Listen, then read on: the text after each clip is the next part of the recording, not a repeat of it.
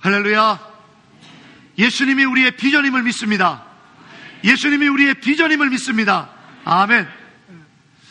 예수님이 우리의 비전이라는 말씀 붙들고 우리가 이렇게 2014년을 시작했습니다.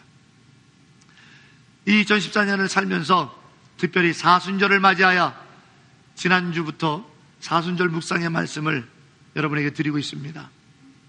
요한복음에 기록되어 있는 예수님의 자기선언, 나는 뭐뭐다 라고 하는 그 말씀을 붙들고 예수님에 관해서 묵상하면서 우리의 삶 속에 예수님이 깊이 자리하시게 되는, 또 그것을 깨닫게 되는, 그리고 그 능력으로 삶을 살아가게 되는 기쁨의 시간들로 삼기를 원합니다. 지난주에는 생명의 떡이다 하신 주의 말씀으로 묵상했습니다. 그 떡을 먹는 방법은 주의 이름을 부르는 거라고 그랬습니다. 예수님의 이름을 지난 한 주간 동안 몇 번이나 부르셨습니까? 설교를 준비하면서 저는 몇 번씩이나 이렇게 생각을 해봤는데 하루에 정말 수백 번도 더 불렀던 것 같습니다.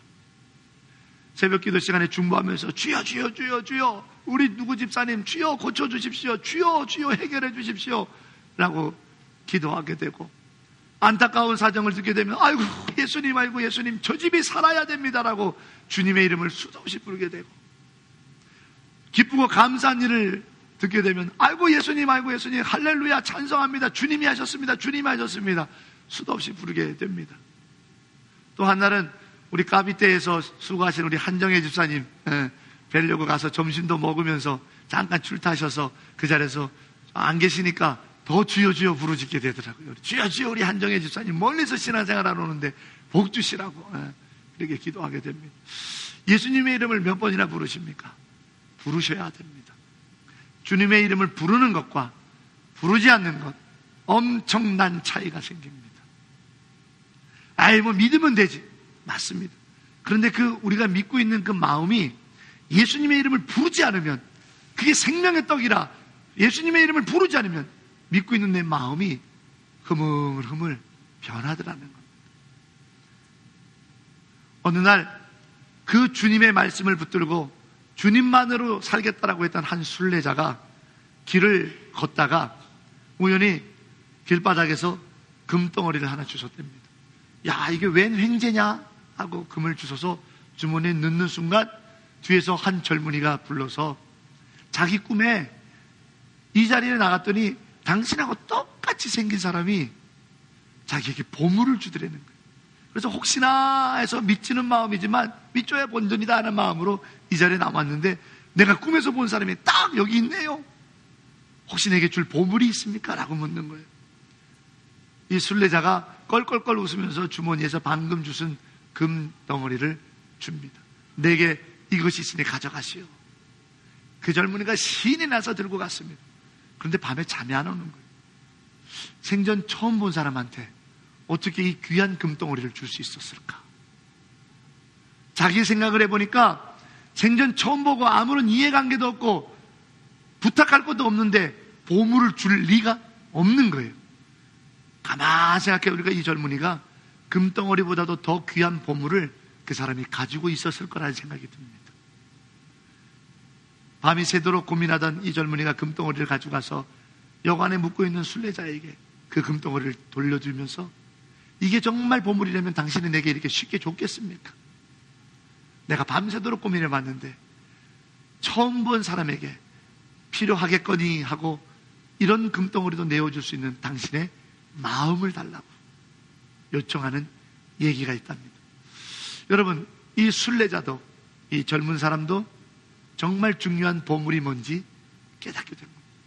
금덩어리가 보물이 아니라 나누고 베풀 수 있는 삶이 진짜 보물이라는 거죠. 그 나누고 베푸는 삶으로 이 땅에 오신 분이 예수님이십니다. 그런데 그 예수님께서 오늘 우리에게 말씀하십니다. 내가 세상에 비치고 나로 인해서 생명의 빛이 펼쳐질 것이니 나로 인해 생명이 살고 세상이 사는 역사가 있으리라.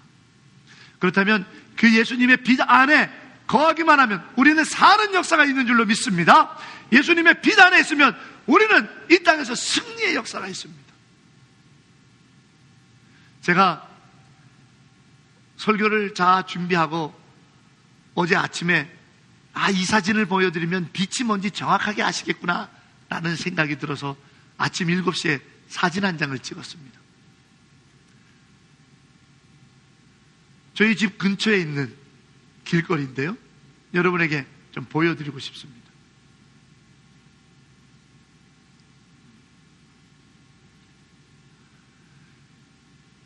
아침 7시에 찍은 사진입니다. 왼쪽에 보면 하얀 꽃도 있고 오른쪽에 보면 빨간색 꽃도 그늘진 곳에 피어 있습니다. 혹시 보이시나 모르겠습니다만, 하늘은 얼마나 파란지요. 정말 형용할 수 없는 빛깔입니다.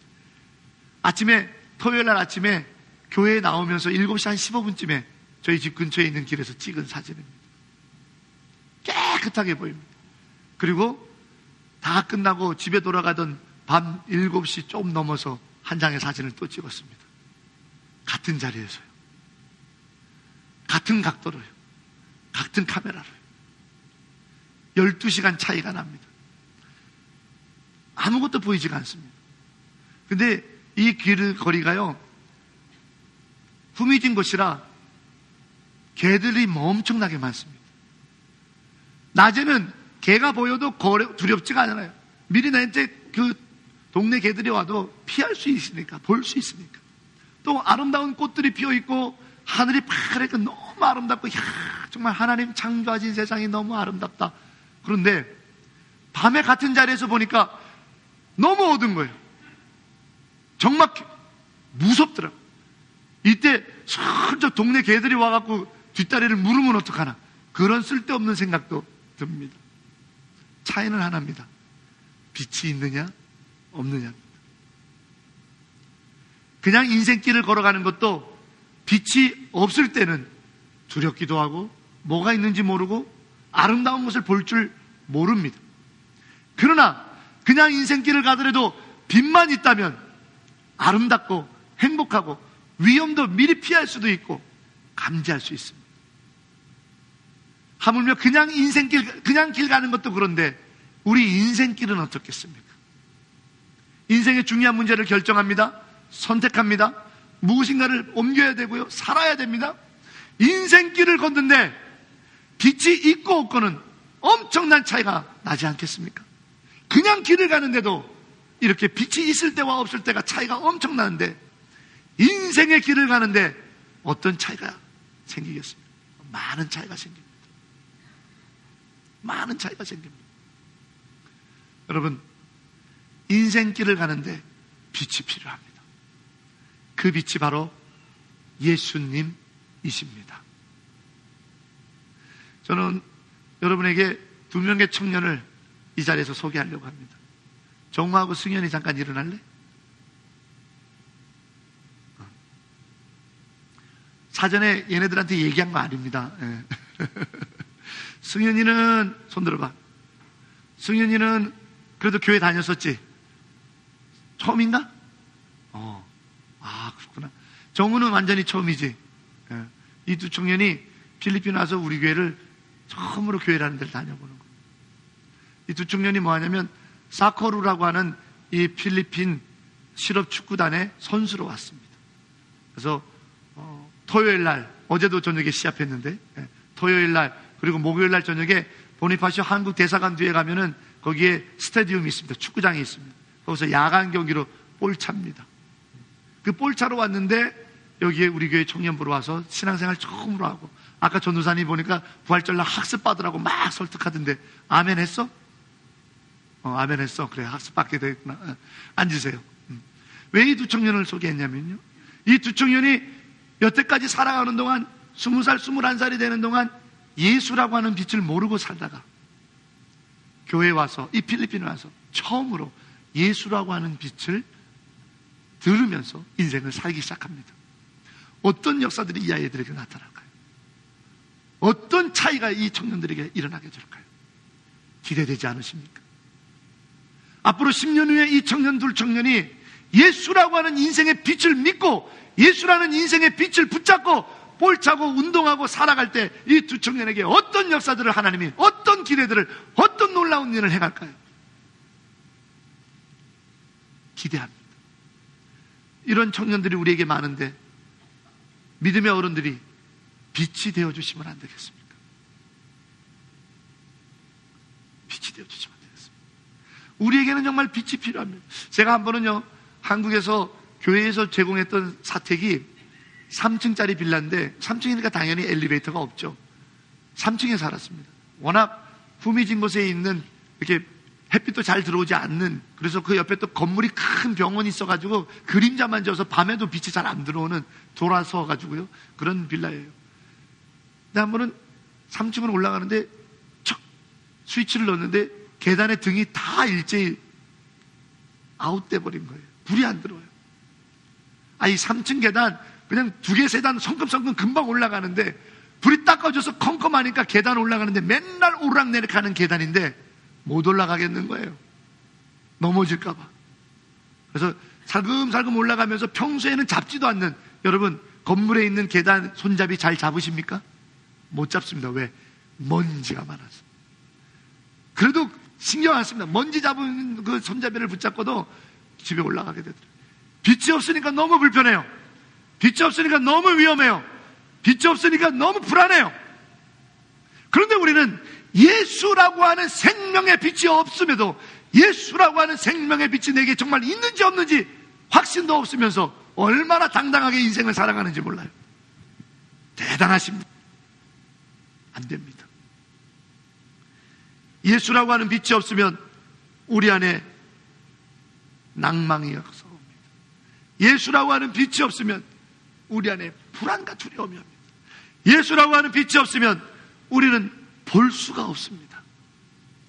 위험한 것도 볼 수가 없고 좋은 것도 볼 수가 없습니다. 그래서 예수님이 생명의 빛이다 라고 하는, 세상의 빛이다 라고 하는 것은 첫 번째로 우리를 보게 하는 역사로 함께 하신다라는 겁니다. 사랑하는 여러분, 예수라고 하는 빛이 있을 때만이 이게 죄구나 볼 수 있습니다. 예수라고 하는 생명의 빛이 있어야만 이게 축복이구나 구별할 수 있습니다. 예수라고 하는 빛이 내게 있을 때만이 내가 앞으로 이렇게 살아야겠구나, 이 길로 가야겠구나를 확신할 수 있게 됩니다. 그 빛이 없을 때 우리는 아까 암흑과 같은 사진을 보았던 것처럼 불안합니다. 뭐가 죄인지를 모릅니다. 안 보이니까 대충 해도 생각합니다. 아무도 보는 사람이 없고 아무도 나를 관찰하는 사람이 없으니까 아무렇게나 해도 된다고 풀어집니다. 그러다 보니 우리는 죄도 구분하지 못하는 어리석은 백성으로 살게 되는 경우가 많습니다. 이런 얘기가 있습니다. 어느 한 집에 현명한 거미가 한 마리 살더랍니다. 그 거미가 배고파서 먹이를 잡기 위하여 예쁘게 거미줄을 쳐놨습니다.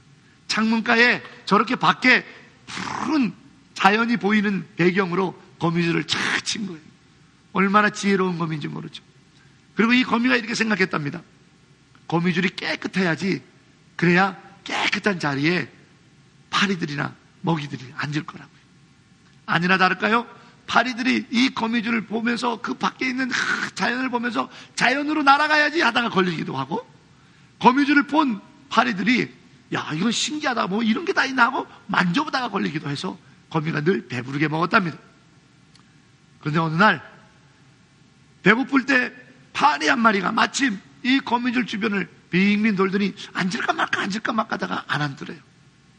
그런데 이 파리가 제법 좋은 대학을 나온 파리였답니다.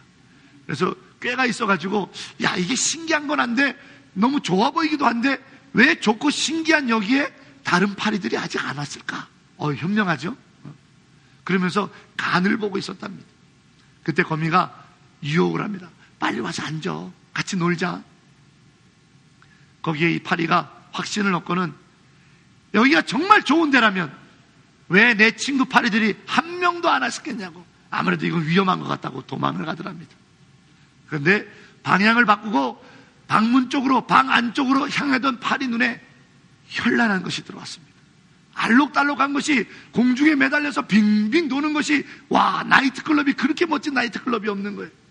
거기에 자기 친구 파리들이 덕지덕지 붙어갖고 같이 춤을 추고 있더래요. 뭐예요? 파리 끈끈이를 본 겁니다. 그러면서 이 파리가 얘기합니다.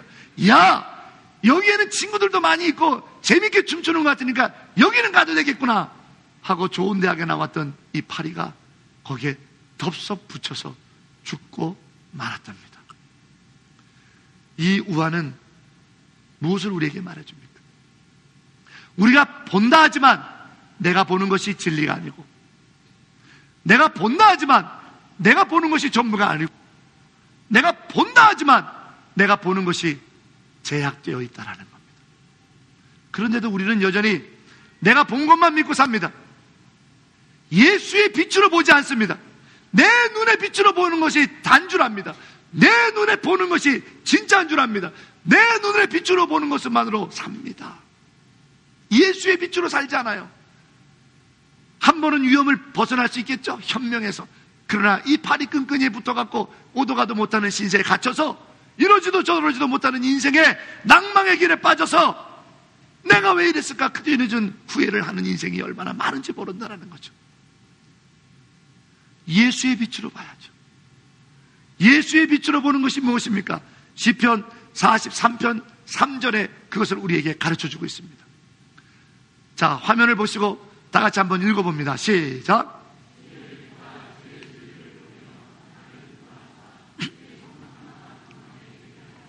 아멘. 시편 43편에 말합니다. 주의 빛을 내게 주소서.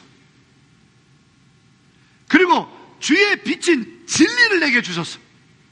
그리하여 주의 빛된 진리를 따라 내가 가겠습니다. 나를 인도하시면 내가 비로소 성산과 장막에 거하리다. 여러분, 성산과 장막은 영원한 아버지의 나라입니다. 천국이죠. 예수라고 하는 믿음의 빛으로 세상을 보지 않으면 천국을 볼 수가 없습니다. 예수라고 하는 믿음의 눈으로 그 빛으로 보지 아니하면 내가 지금 사망의 길로 가고 있는지 천국의 길로 가고 있는지 구분조차 못하더라는 얘기입니다. 그 진리의 빛, 그 진리의 빛이 여기에 있습니다. 그 생명의 빛이 여기에 있습니다. 그 놀라운 능력의 빛이 여기에 있습니다. 오늘 시편 43편 3절에 주의 빛과 진리인 이 말씀을 내게 달라고요.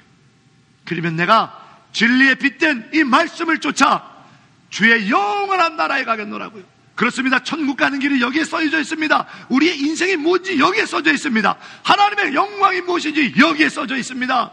우리가 이 말씀에 빛을 붙이지 않냐면 결코 제대로 볼 수 없습니다.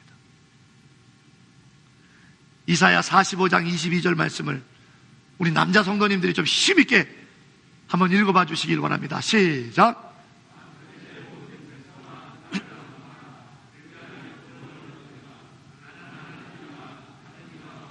성령이 뭘 말합니까? 나를 낭망하라. 나는 하나님이라.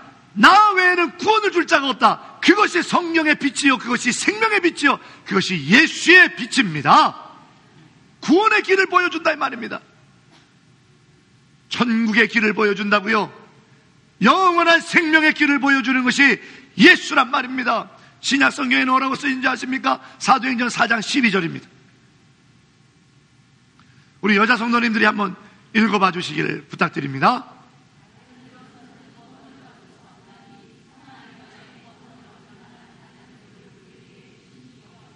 아멘. 다른 이름을 준 적이 없다랍니다. 구원을 이루게 하는데, 천국을 가는데, 영원한 생명을 사는데 다른 이름을 준 적이 있냐? 예수 외에는 없다. 이것이 바로 빛입니다. 다른 곳에 가지 마세요. 다른 얘기 듣지 마세요. 많은 사람들이 간다고 가는 거 아닙니다. 내가 봤다고 가는 거 아닙니다. 성경에 써져 있는 진리의 말씀대로 예수 외에는 없기 때문에, 예수 붙들지 않으면 천국 갈 수 없기 때문에, 예수 이름에 보혈 아니면 죄사함 받을 수 없기 때문에, 예수 그 그리스도의 이름에 권능 아니면 우리가 영원한 생명에 이를 수 없다는 이 한 가지 빛, 이 생명의 빛, 성경에 써져 있는 다른 이로는 구원을 줄 자가 없도다. 다른 이름으로는 구원받을 것이 없다라고 하는 이 빛, 이 빛으로 비출 때 암흑은 물러나고, 이 빛으로 비칠 때 광명한 기쁨의 역사들을 보게 될 줄로 믿습니다. 그 한 가지 믿음으로 보십시오. 세상을 그 한 가지 믿음으로 사십시오. 기도를 그 한 가지 붙들고 하십시오. 예수 외에는 없습니다. 아멘.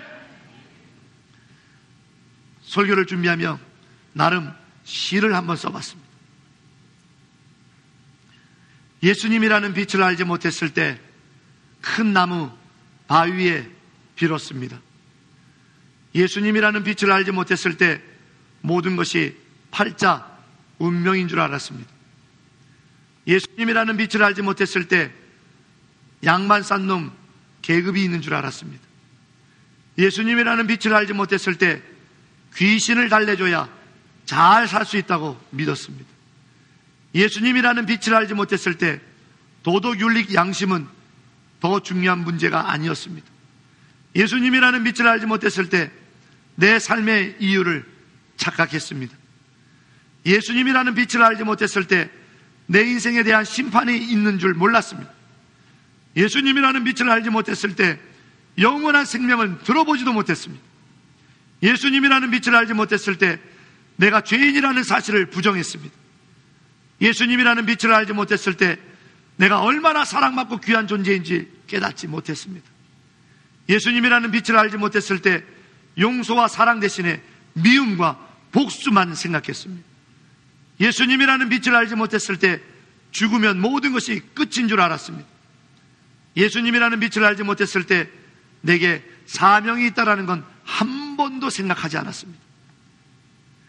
예수님이라는 빛을 통해서 이제 나는 천국을 봅니다. 예수님이라는 빛을 통해서 이제 나는 성령의 능력으로 삽니다. 예수님이라는 빛을 통해서 이제 고난도 죽음도 두렵지 않습니다. 예수님이라는 빛을 통해서 이제 나는 세상이 말하는 내가 아닙니다. 예수님이라는 빛을 통해 이제 나는 나누는 것이 얼마나 기쁘고 좋은 것인지 압니다. 예수님이라는 빛을 통해서 이제 나는 위대한 일을 꿈꿀 수 있습니다.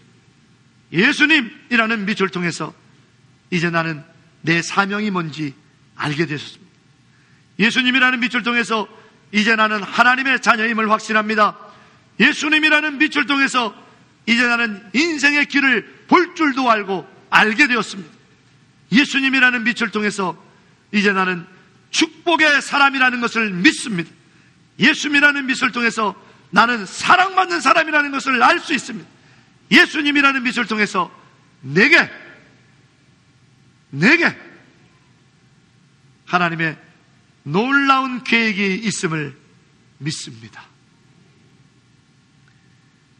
예수님이라는 빛을 모르고 사는 인생길을 가시겠습니까? 예수님이라는 빛을 통해서 살아가는 인생길을 걷겠습니까? 예수님이 보게 하십니다. 예수님이 생명을 보게 하십니다. 예수님이 구원을 보게 하십니다.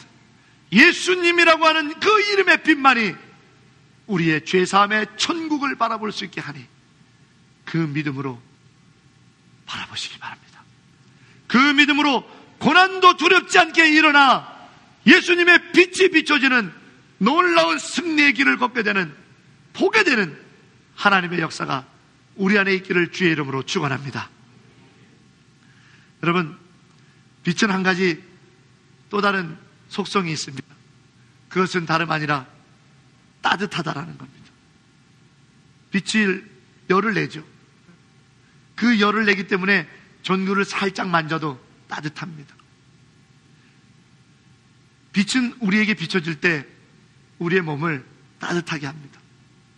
그런데요, 빛이, 그 위대한 빛인 태양조차도 따뜻하게 하지 못하는 게 하나 있습니다. 그게 뭐냐면 우리의 영혼입니다. 베들레헴이라는 동네에 막내 아들로 태어난 촌놈이 하나 있었습니다. 그의 이름을 성경은 다윗이라고 부르죠. 형편이 넉넉하지 않았기 때문에 형들은 공부를 시켜도 막내는 꿀밥만 맞고 맨날 농사일 도와야 했습니다. 그래서 다윗은 학교에서 배운 것보다 하나님이 창조하신 자연에서 배운 게 더 많습니다. 그런 다윗에게 놀라운 일이 있었죠. 사무엘이라고 하는 선지자가 기름을 부었습니다. 그때부터 승승장구하는 인생으로 술술 풀려나갑니다. 급기야는 군대 장관이 되고 왕의 사위가 돼서 권력 순위 3위가 됩니다. 넘버 3죠. 의기양양합니다. 그때 세상 사람들은 이렇게 말합니다. 너는 더 이상 베들레헴 촌놈이 아니야. 너희는 더 이상 아무것도 배우지 못한 무식쟁이가 아니야. 너는 이 나라의 군대 장관이야. 너는 왕의 사위야. 네가 전쟁터에 나간 자는, 나가서 싸워서 이긴 자는 사울보다도 많아, 왕보다도 많은 사람을 무찌른 위대한 장수야.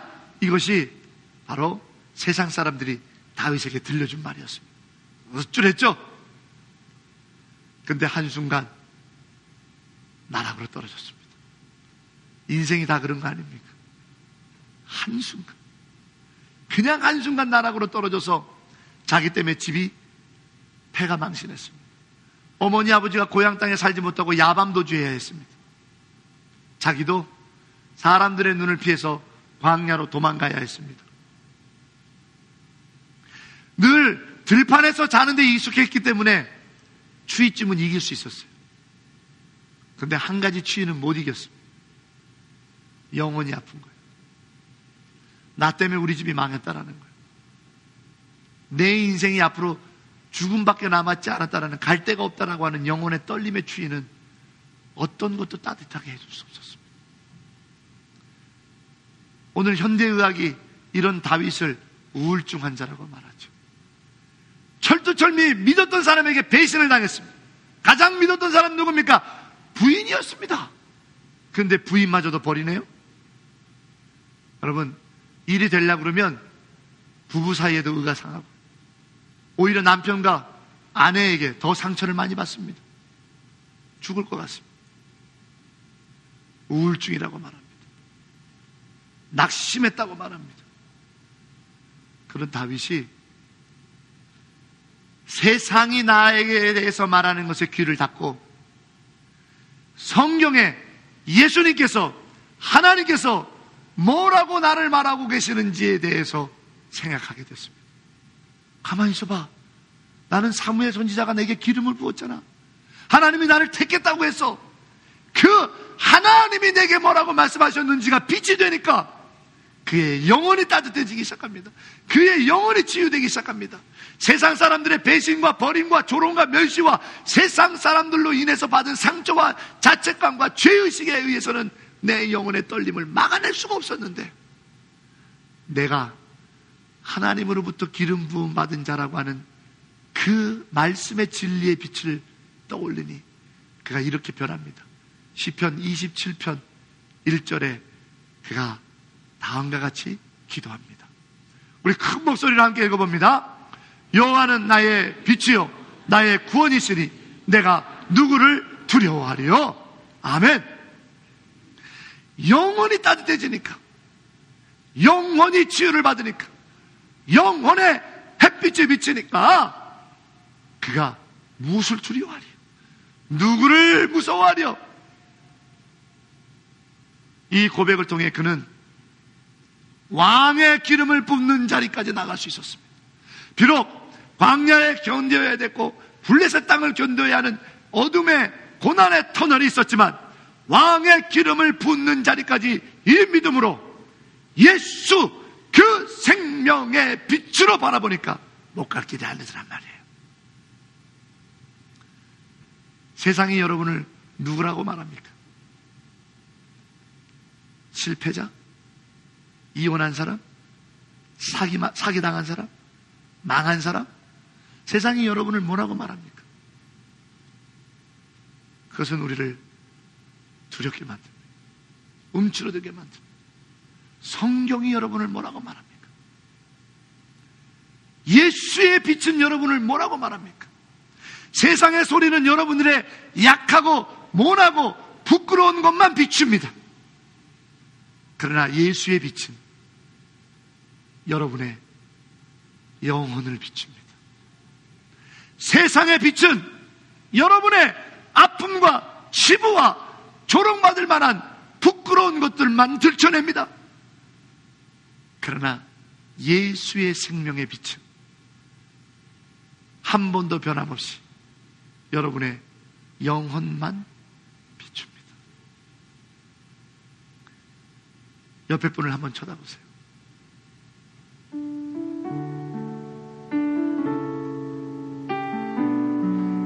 다윗에게 예수의 빛이 비춰졌습니다. 그의 부끄러움과 아픔을 비추지 않고 그의 영혼을 비췄습니다. 그게 진리에 비치고 생명에 비칩니다. 오늘 주님도 똑같이 여러분의 영혼의 소중함만을 비추기 원합니다. 이 찬양을 통해 여러분의 영혼에 예수 생명의 빛이 비춰지기를 축복합니다. 여러분은 실패자도 아니고 세상이 나를 규정하는 그러한 이름으로 불려질 사람이 아닙니다. 여러분의 이름은 딱 하나입니다. 나의 사랑하는 자. 그것이 예수께서 비춰주는 여러분의 모습입니다. 옆에 분에게 그 빛을 축복합시다. 당신은 사랑받기 위해 태어난 사람. 당신의 삶 속에서 그 사랑받고 있지요. 당신은 사랑받기 위해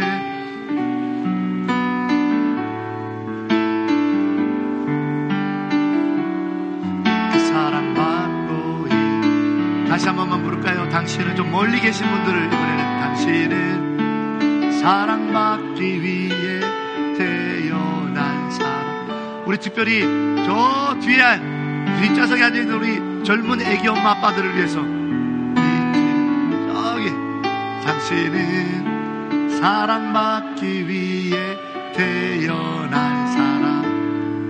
당신의 삶 속에서 그 사랑받고 있지. 태초부터 시작된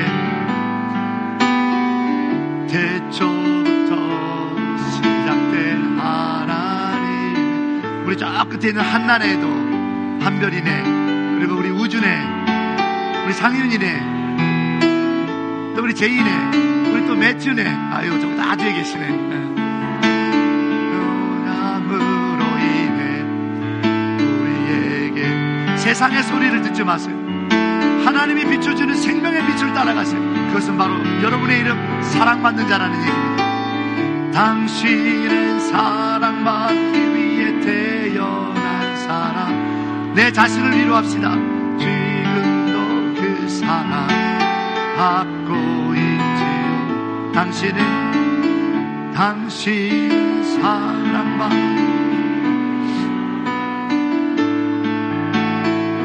지금도 그 사랑 받고.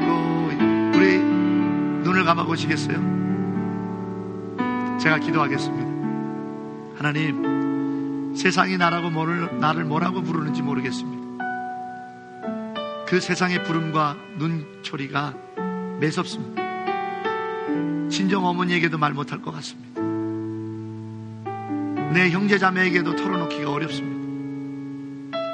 그러나 주님은 그것을 들춰내시는 분이 아니라 감춰주시고 나도 기억하지 않으련다 말하시면서 내 영혼을 비춰주셔서 내 영혼의 우울함과 내 영혼의 두려움과 내 영혼의 떨림을 따뜻하게 해주시는 내 생명이십니다. 주님, 내 영혼을 당신의 생명의 빛으로 따뜻하게 비춰 주옵소서. 이 땅을 살아가는 것이 참 두렵습니다. 이 마닐라 땅을 산다는 것이 쉽지가 않습니다. 인생길을 살아간다는 것이 참으로 어렵습니다. 주님이 나를 따뜻하게 해주지 아니하면 내 영혼은 점점 위축되고 두려워하고 낙망할 것이나 주님이 주시는 이 따뜻한 생명의 빛으로 살려고 하니 주님, 내게 생명의 빛으로 비춰 주시옵소서. 나를 위로하여 주옵소서. 여호와는 나의 빛이니 내가 무엇을 두려워하리요? 여호와는 내 생명의 구원이시니 내가 누구를 무서워하리요? 예수님의 이름으로 간절히 기도합니다. 아멘.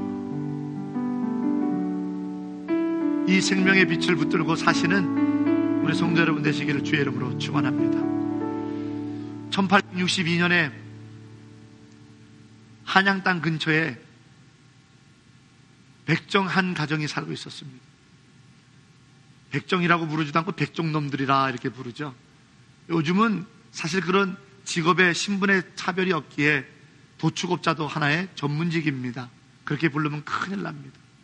그런데 조선시대 때는 도축업을 하는 분들을 천민으로 여겨서 그릇된 인식을 가지고 백정놈들이라고 불렀죠. 근데 그 백정 중에 박가성을 가지고 있는 백정놈이 있었습니다. 그 얘기는 그가 그래도 상민 이상 성을 가지고 있었던 박씨 집안의 한 자손인데 뭐 역정일을 했는지 그건 모르겠습니다만 선조들에 의해서 신분이 하락해서 백정일을 하고 있는 박씨 백정이 있었습니다. 그의 이름을 성춘이라고 했죠. 박성춘. 이 박성춘이라고 하는 이 백정놈이 장가를 들어서 아들을 낳아서 봉출이라고 지었고 두 딸을 낳아서 도축일을 하며 살고 있었습니다. 그러던 어느 날 한양 땅을 중심으로 해서 역병이 돌았습니다. 전염병이죠. 전염병이 돌았는데 이 백정일을 하는 박성춘이가 그 역병에 들어서 쓰러지고 맙니다. 다 죽어가죠. 의원에게 돈을 주겠다고 해도 백정 동네에 안 오는 거예요. 백정놈은 약 쓸 필요가 없다라는 거죠. 그냥 죽으라는 거죠. 그때 친구 하나가 와서 사람 하나를 소개해 줍니다.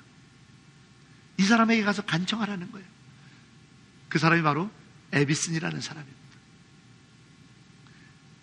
당시에 의사로서 조선 땅에 들어와 있던 이 에비슨에게 요청하라는 거예요. 당장 죽겠으니 어떡합니까? 그래서 이 백정일을 하는 박성춘이 아들 봉출이를 시켜서 이 에비슨 선교사를 큰 척해서 데려옵니다. 그런데 이 에비슨 선교사가 오는 거예요. 백정 동네에 오는 거예요. 백정놈을 만지는 거예요. 백정놈에게 치료를 하는 거예요. 그리고 안 되겠다고 오늘 밤이 고비니까 못 가겠다고 그 집에서 자는 거예요. 그리고는 이 박성춘이를 고쳐냅니다.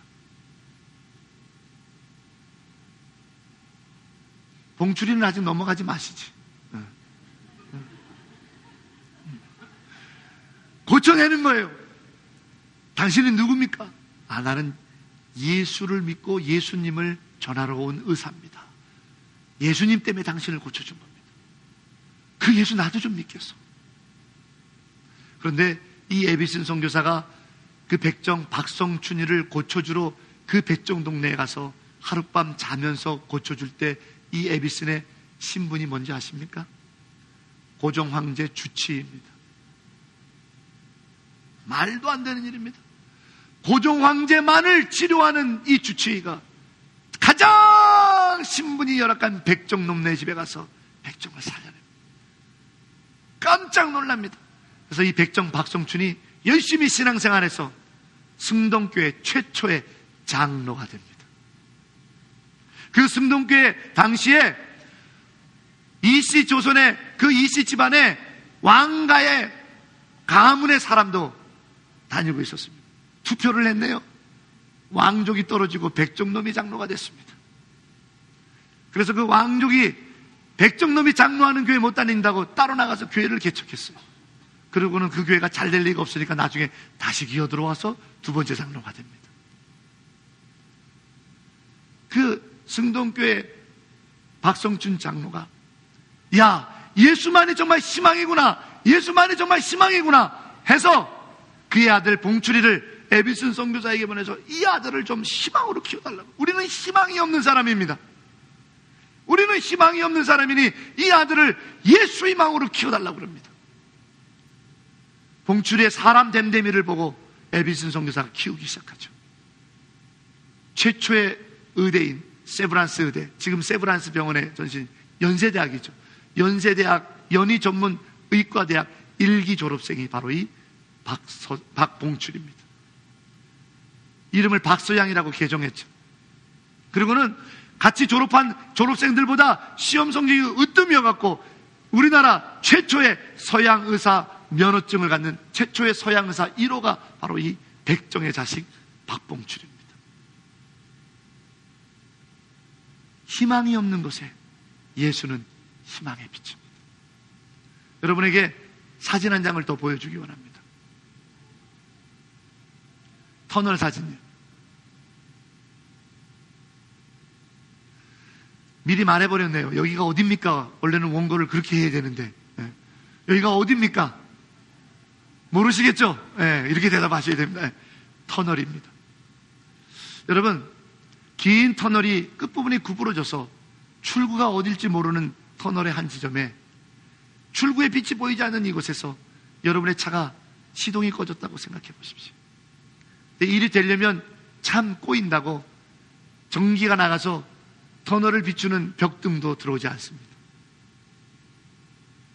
어떠실 것 같으신가요?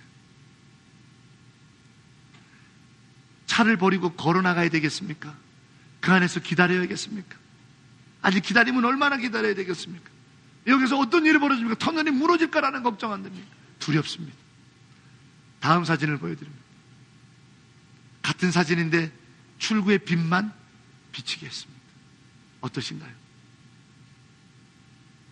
아, 저기가 출구구나. 살았네. 저기까지 가면 되네. 저기까지 우리 걸어가지 뭐. 하지 않겠습니까? 예수가 우리의 생명의 빛이라는 것은 바로 희망이라는 겁니다. 희망이라는 빛이 한 줄기만 들어와도요, 어두운 터널에서 두렵지 않습니다. 희망이라고 하는 빛이 한 줄기만 들어와도요, 갈 수 있습니다. 희망이라는 빛이 한 줄기만 들어와도요, 지금의 고난 문제 안 됩니다. 그러나 희망이 없으면, 희망이라고 하는 생명의 빛이 없으면 죽을 것 같은 거예요. 백정으로 살던 박성춘 장로의 집에는 희망이 없어요. 그러나 예수가 그에게 오니까 희망이 생긴 거예요.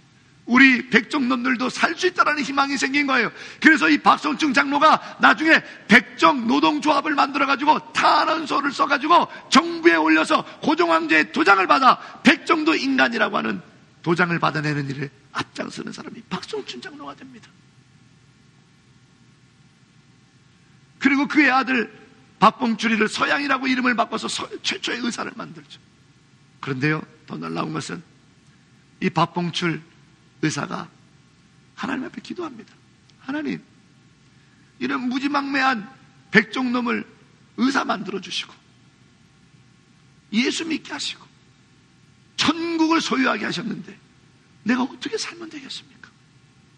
이 젊은 의사 박봉출이 하나님 앞에 기도할 때 그가 베드로전서 2장 9절 말씀을 응답받습니다.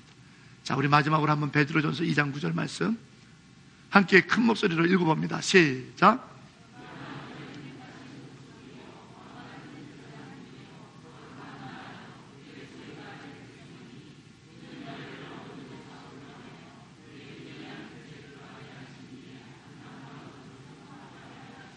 아멘. 이게 박봉출이 평생에 붙잡았던 말씀입니다. 너는 백정이 아니야. 너는 나의 백성이야. 나의 거룩한 제사장이야. 너는 왕 같은 놈이야 라고 하는 하나님의 응답을 받은 이 박봉출이 그 다음, 그래, 내가 이 기이한 일을 내게 행하신 예수 생명, 예수 희망의 빛을 받았으니 나도 누군가에게 아직 어둠 속에 흑암 속에 있는 자들에게 예수 생명의 빛을, 희망의 빛을 비춰서 그들로 이 아름다운 덕을 알게 해야겠구나 결단하게 되죠. 자기를 희생시킵니다. 그리고 그는 일어나 간도로 올라가서 독립운동하며 독립군의 주치의가 돼서 건국 후에 대한민국 정부로부터 훈장을 받는 사람이 됩니다. 그렇습니다, 여러분. 예수의 생명의 빛을 보는 사람은 희망으로 삽니다. 그리고 그 희망으로 끝나는 것이 아니라 누군가에 위한 희망의 빛으로 비춰지는 삶을 사는 것이지. 그게 오늘 우리들인 줄로 믿습니다. 40년 전에 이 땅에서 첫 예배를 드리던 믿음의 선배들이 있었기에 오늘 우리들의 교회가 있습니다. 교회 40주년이 이제 다음 주로 다가왔습니다. 겸손하게 조용하게 40주년을 보내기 때문에 큰 행사를 하지 않습니다. 오히려 우리 교회를 하나님 앞에 온전히 드리기 위하여 당회로부터 비전을 준비하며 기도하고 있습니다. 그러나 40년 전에 누군가의 희망의 빛이 되기 위하여 이 땅에 작은 수가 모여서 예배드렸던 마닐라 한인연합교회 빛이 지금 온 필리핀을 비추고 있는 줄로 믿습니다. 아니, 조국 대한민국은 확실하게 비추고 있어요. 왜? 이 땅에 와서 예배드리고 간 우리 교인들이 얼마나 많은데요. 40년 전에 이 땅에 왔을 때 유학생 몇 명밖에 되지 않는 그 조촐한 이들이 얼마나 두려웠겠습니까? 이국 땅 필리핀에서 산다는 것이 얼마나 무서웠겠습니까? 그러나 예수 생명의 빛, 예수 희망의 빛을 붙잡고 예배드렸던 그들의 빛이 오늘까지 비춰져서 이 40주년의 마닐라 한인연합교회를 이뤘으니, 사랑하는 여러분, 오늘 우리도 예수 생명의 희망의 빛을 보고 어두운 터널이지만 희망을 갖고 살아갑시다. 그리고 그런 우리들로 인하여 또 다른 40년 후에 누군가가 여기서 희망을 노래할 수 있는 교회를 이끌어가는 아름다운 역사를 만들어내는 생명의 빛의 주인공이 되시기를 주의 이름으로 축원합니다. 그것이 오늘 우리들이어야 됩니다. 그것이 오늘 우리 교회여야 됩니다. 좌절하지 마세요. 실망 같은 얘기하지 마세요. 우울한 마음 예수 생명의 빛으로 날려버리고 희망의 빛, 예수의 빛을 향하여 달려나가. 너는 거룩한 제사장이요, 나의 택한 족속이요, 내 빛이라. 우리를 통해 누군가가 또 희망의 빛으로 오게 하는 하나님의 생명의 희망의 빛이 저와 여러분이기를 주의 이름으로 축원합니다. 기도하겠습니다. 사랑의 주님, 우리의 생명의 빛이 되신 주님, 우리도 그 빛 가운데로 갑니다. 구원의 길을 보게 하여 주소서. 내 영혼을 따뜻하게 위로하여 주옵소서. 희망의 빛 가운데 달려나가 누군가의 희망이 되는 삶을 살게 하옵소서. 우리 마닐라 한인연합교회 이런 빛된 교회 되기를 소망하니 축복해 주옵소서. 우리 주 예수 그리스도의 이름으로 간절히 기도하옵나이다. 아멘.